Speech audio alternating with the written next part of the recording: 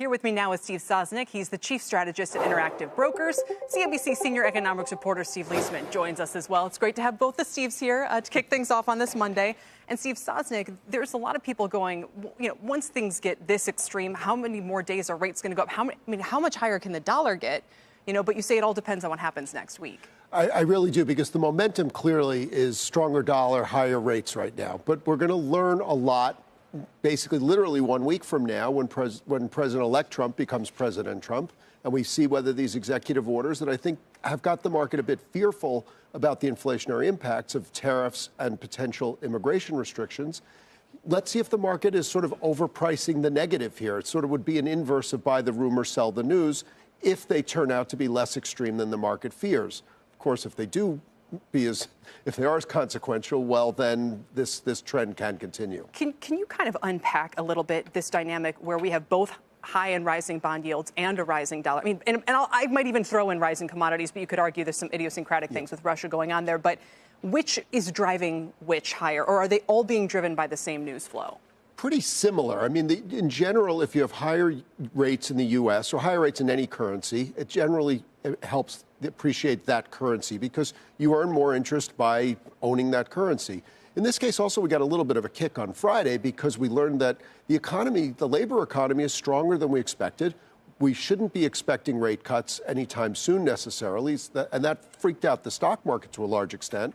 The bond market reacted pretty much as it might have, but as you take the rate cut expectations off the table, well, then the dollar seems stronger against other currencies where you have central banks who are more likely to cut rates, such as the ECB or the Bank of England. It feels like the bond market remains in the driver's seat this year, so I don't know what that portends for stocks.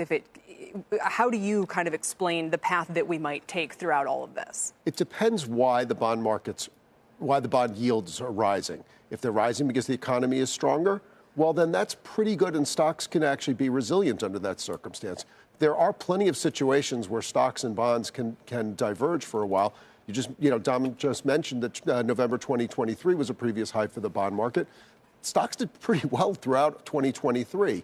But again, if the economic story is good, well, they can diverge in that way. Yields can go up and the stock market can be okay.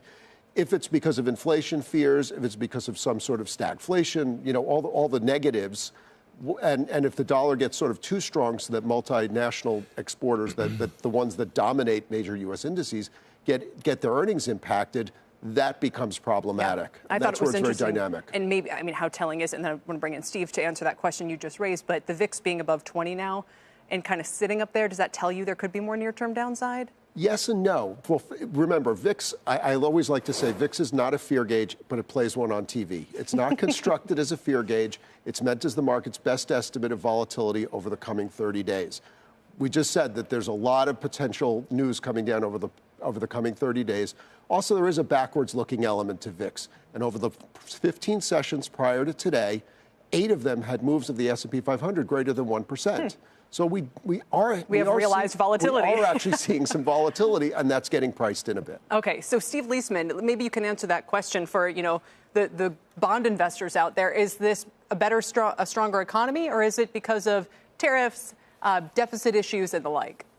Well, I think it's all those things, and I love the way Steve is thinking about this. It kind of forced my thinking, which is why are rates higher, and what could potentially change? So I made a list, Kelly, and maybe we can all add to this list. Okay, let's start off with the high deficits that could go bigger. This is indeed something that President-elect Trump could do something about, but I think it's unlikely. Moving on to the next thing, better growth and productivity outlooks. The second, I don't think anybody has anything to do with the productivity part of this thing, but better growth, that does look to be part of what the market is bracing for when it comes to higher when it comes to an outlook for higher interest rates right now.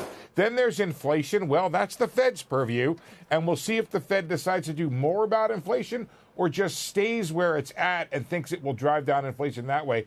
And then there's the uncertainty aspect of all of those things, and I think Steve is right to think that come Inauguration Day, we might get a little more certainty about, or at least in the months or weeks after that, we'll get a little more certainty about what President-elect Trump plans. But right now, I think there's an idea out there that I'm going to sell the 10-year amid that uncertainty rather than buy it. And you're right, I think, Kelly, in this notion that the higher dollar, I think, should attract funds to our deficit financing, and that should be something that helps over the long haul. But overall, my conclusion is there's not a whole lot really that reverses course here unless President Trump steps forward with what I think would be something of a serious effort to reduce the deficit.